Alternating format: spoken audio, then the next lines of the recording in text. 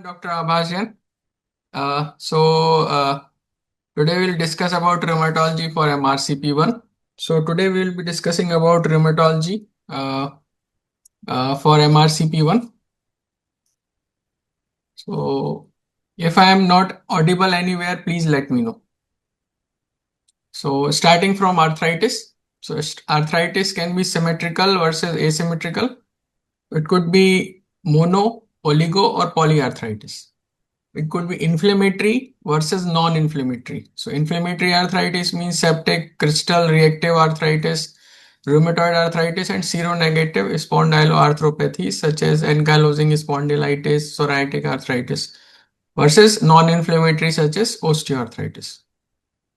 So the inflammatory biomarkers are CRP, white cell counts, ESR. Undifferentiated inflammatory arthritis is a different thing. So rheumatoid arthritis, self-limiting inflammatory arthritis, crystal-induced arthritis, psoriatic arthritis, spondyloarthropathies, reactive arthritis, polymyalgia rheumatica, and systemic lupus erythematosus we are going to discuss. So starting with rheumatoid arthritis. So age of onset is 30 to 50 years, but all age groups can be affected. More common in female. Female to male ratio is 3:1. Prevalence is 1%. Associated with HLA, DR4, especially Felty's syndrome.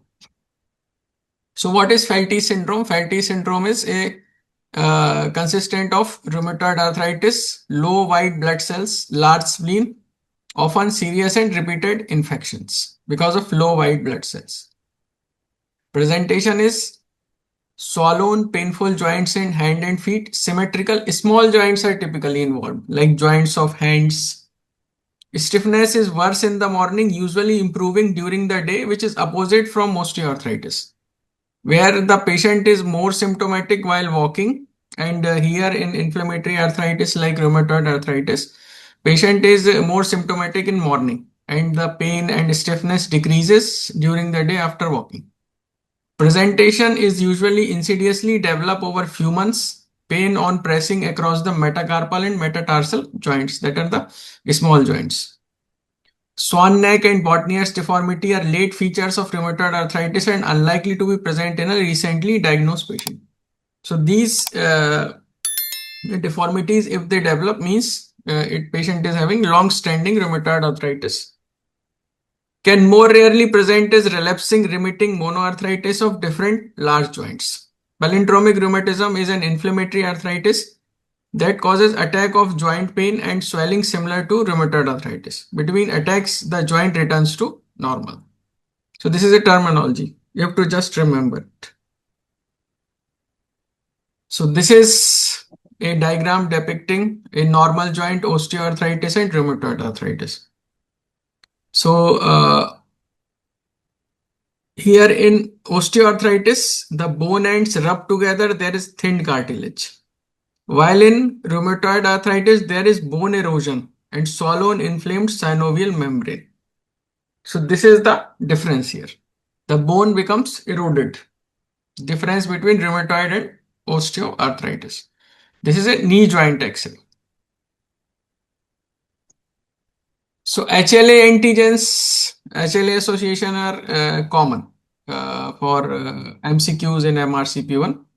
So HLA antigen chromosome 6, HLA A, B, C are the class 1 antigen and DP, DQ, DR are class 2. So whatever here I have written as red has come as a MCQ in previous exam. So HLA A3 is associated with hemochromatosis, HLA B51 with Behçet's disease, HLA B27 with ankylosing spondylitis, Reiter syndrome, HLA DQ2, DQ8 with celiac disease, HLA DR2 narcolepsy and good posture syndrome. HLA DR3 is dermatitis herpetiformis, which is a association with celiac disease. Sjogren syndrome, primary biliary cirrhosis, and HLA DR4 is associated with rheumatoid arthritis, DRB1 gene, type 1 diabetes mellitus, and DR3. So these few you have to remember. Behçet's has come in the exams. B51, celiac disease has come in the exam. DR3 dermatitis herpetiformis has come in the exam. DR4 rheumatoid arthritis has come in the exam. So these you have to remember.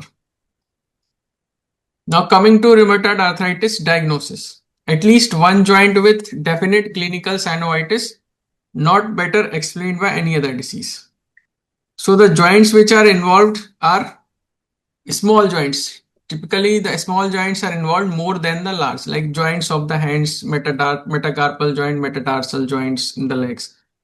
So, serology, they have a positive rheumatoid factor and anti-CCP is increased. Inflammation, acute phase reactants such as CRP and ESR increased and duration of the symptoms. So, rheumatoid factor antibody, which is usually IgM, which reacts with the FC portion of the patient's own IgG. So this everything is very important for MCQs. Detected by Rose-Waller test, sheep red cell agglutination or latex agglutination test, which is less specific. So RA factor is positive in 70 to 80% of the RA patient, rheumatoid arthritis. And it is not a marker of disease activity, but the increased titer indicates severe progressive disease. Suppose a patient is having rheumatoid arthritis and the titer is increased. So that increased severe progressive disease. But rheumatoid factor can be positive in Sjogren. 100% cases in Sjogren syndrome, rheumatoid factor is positive. It is Felty syndrome, it is positive. Infective endocarditis, SLE, systemic sclerosis, and in normal general population, it can be positive. So the most specific test for rheumatoid arthritis is anti-CCP, that is anti-cyclic citrullinated peptide antibody. Similar sensitivity to rheumatoid factor, but the specificity is very high, 90 to 95%. Can be detected up to 10 years before the rheumatoid arthritis develops. So this is the gold standard test. Anti-CCP for rheumatoid arthritis.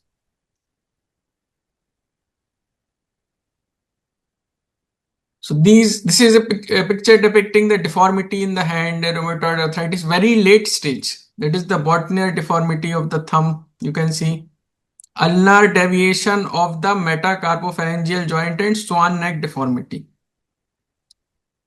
So initially you will not get this picture. When a very late stage patient, you can have this. So rheumatoid arthritis radiological feature, early X-ray finding, loss of joint space, juxta-articular osteoporosis, soft tissue swelling. Late X-ray findings such as peri-articular erosion, subluxation and ankylosis. So early features are the joint space will be decreased, there will be swelling of the soft tissue and juxta-articular osteoporosis. While later on, patient can develop erosions, subluxation, ankylosis. Late X-ray findings. So what are the prognostic factor? So this is very important for MCQs. The poor prognostic factor is RA factor positive, rheumatoid factor positive, anti-CCP, smoking, poor functional status at presentation, female sex, HLA DR4 inheritance, early erosion X-ray after suppose less than 2 years. If less than 2 years after the onset, the erosion is in the X-ray, then it indicates a poor prognosis. Extra-articular disease, suppose nodules are there, rheumatoid nodules and insidious onset. So all these factors are important because they suggest the poor prognosis. Now coming to the extra-articular manifestation of rheumatoid arthritis. So 30% of the patient they have. RA factor is positive, rheumatoid factor is positive, more severe joint disease. And they can have this rheumatoid nodules, ocular symptoms can be there, cardiorespiratory symptoms such as pleural and pericardial disease, and rheumatoid arthritis associated vasculitis can be there. So important to note here is that ischemic heart disease, rheumatoid arthritis carries a similar risk to type 2 diabetes mellitus. So like diabetes mellitus increases the risk for coronary artery disease or ischemic heart disease, the similar risk is with rheumatoid arthritis.